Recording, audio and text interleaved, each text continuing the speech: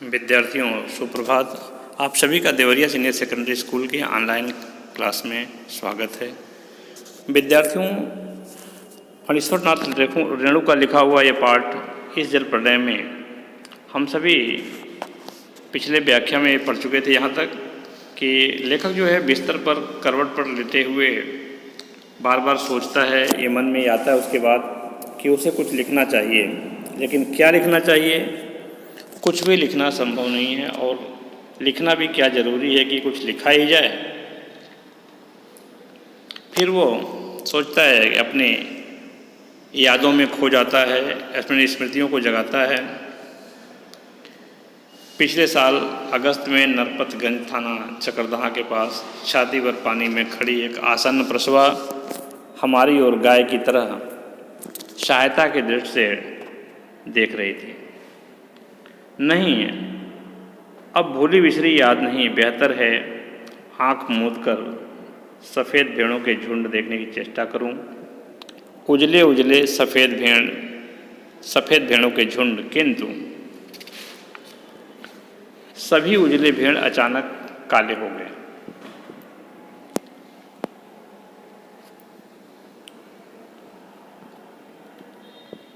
आगे यहाँ से लेखक लिखता है, बार बार मैं आंखें खोलता हूँ, मूंदता हूँ, काले को उजला करना चाहता हूँ। भेड़ों के झुंड भूरे हो जाते हैं, उजले भेड़ काले, किंतु भूरे उजले गेहूं रंग के भेड़।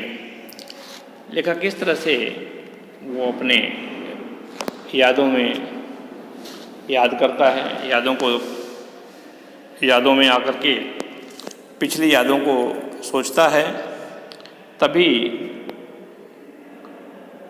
उसे आवाज़ आती है, ओई देखो ऐसे गेचे छल, ओई देखो ऐसे गेछे जल, कि मतलब वो देखो इस तरह से जल आ गया, बाढ़ का पानी इस तरह से आ गया, झकझोर कर मुझे जगाया गया। घड़ी मैंने देखा तो घड़ी में ठीक 5:30 बज रहे थे। सवेरा हो चुका था। सभी लोग कह रहे थे, आ रहलो है पनिया, पानी आ गए लो। मतलब ये कि बाढ़ अब आ गई है, पानी आ गया है। हो राम सिंगार, हो मोहन, रामचंद्र, अरे हो।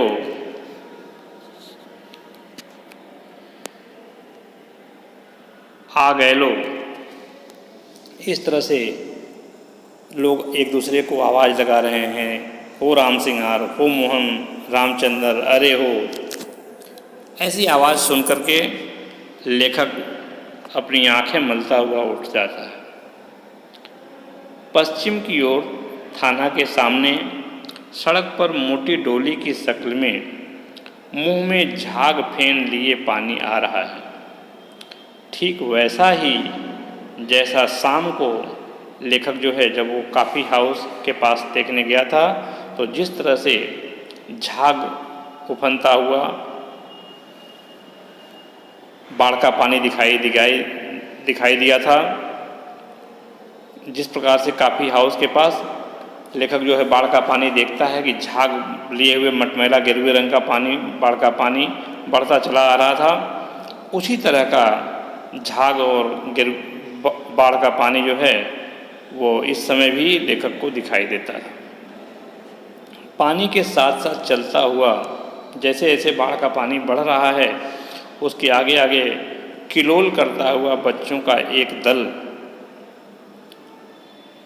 बच्चों का एक समूह जो है वो किलोल करता हुआ, क्रीड़ा करता हुआ एक दल उधर पश्चिम दक्षिण कोने पर दिनकर अतिथिशाला से और आगे बस्ती के पास बच्चे कूद क्यों रहे हैं?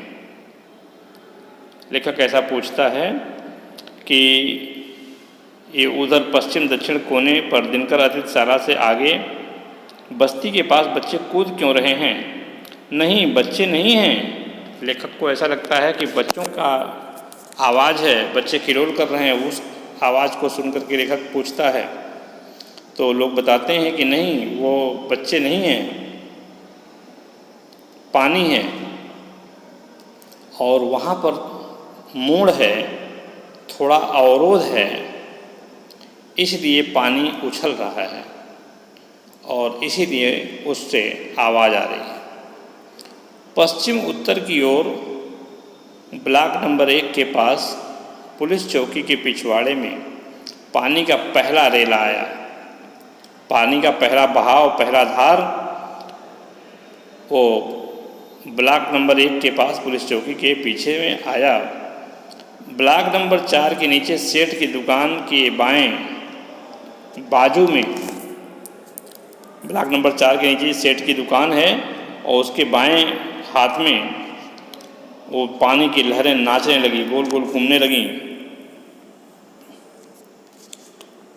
तब लेखक जो है दौड़कर बताता है कि मैं दौड़कर छत पर चला गया। चारों ओर शोर कोलाहल, हर तरफ शोर होने लगा, चारों तरफ हल्ला होने लगा और कलरव, चीख पुकार। जैसे जैसे बाढ़ का पानी बढ़ता जा रहा था, लोगों में भय के मारे शोर और कलरव, चीख पुकार मच गया और पानी का कलकलरव। एक तरफ तो बाढ़ के पानी से लोग भयभीत होकर के शोर मचा रहे थे, डरे हुए चीख पुकार रहे थे, और दूसरा पानी का कलकल बहना भी उस आवाज़ में सम्मिलित था। लहरों का नर्तन, बाढ़ की लहरें नृत्य कर रही थीं। सामने फुटपाथ को पार कर, अब पानी जो सामने फुटपाथ था उसको पार करके बाढ़ का पानी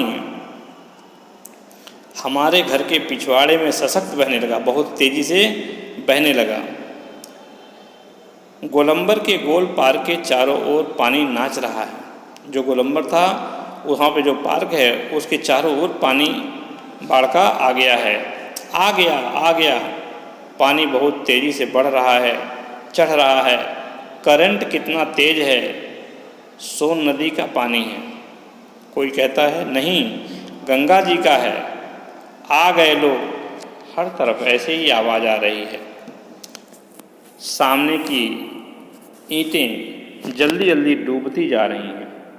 बाढ़ का पानी बढ़ता जा रहा है और जो दीवारें हैं, उनकी ईंटें हैं, वो डूबती जा रही हैं। बिजली के खंभे का काला हिस्सा डूब गया।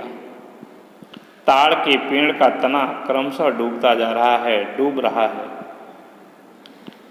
लेखक देखता है उस बाढ़ के दृश्य को तो सोचता है, यदि मेरे पास मूवी कैमरा होता, अगर एक टेप रिकॉर्डर होता। बाढ़ तो बचपन से ही मैं देखता आया हूँ, किंतु पानी का इस तरह आना मैंने कभी नहीं देखा था।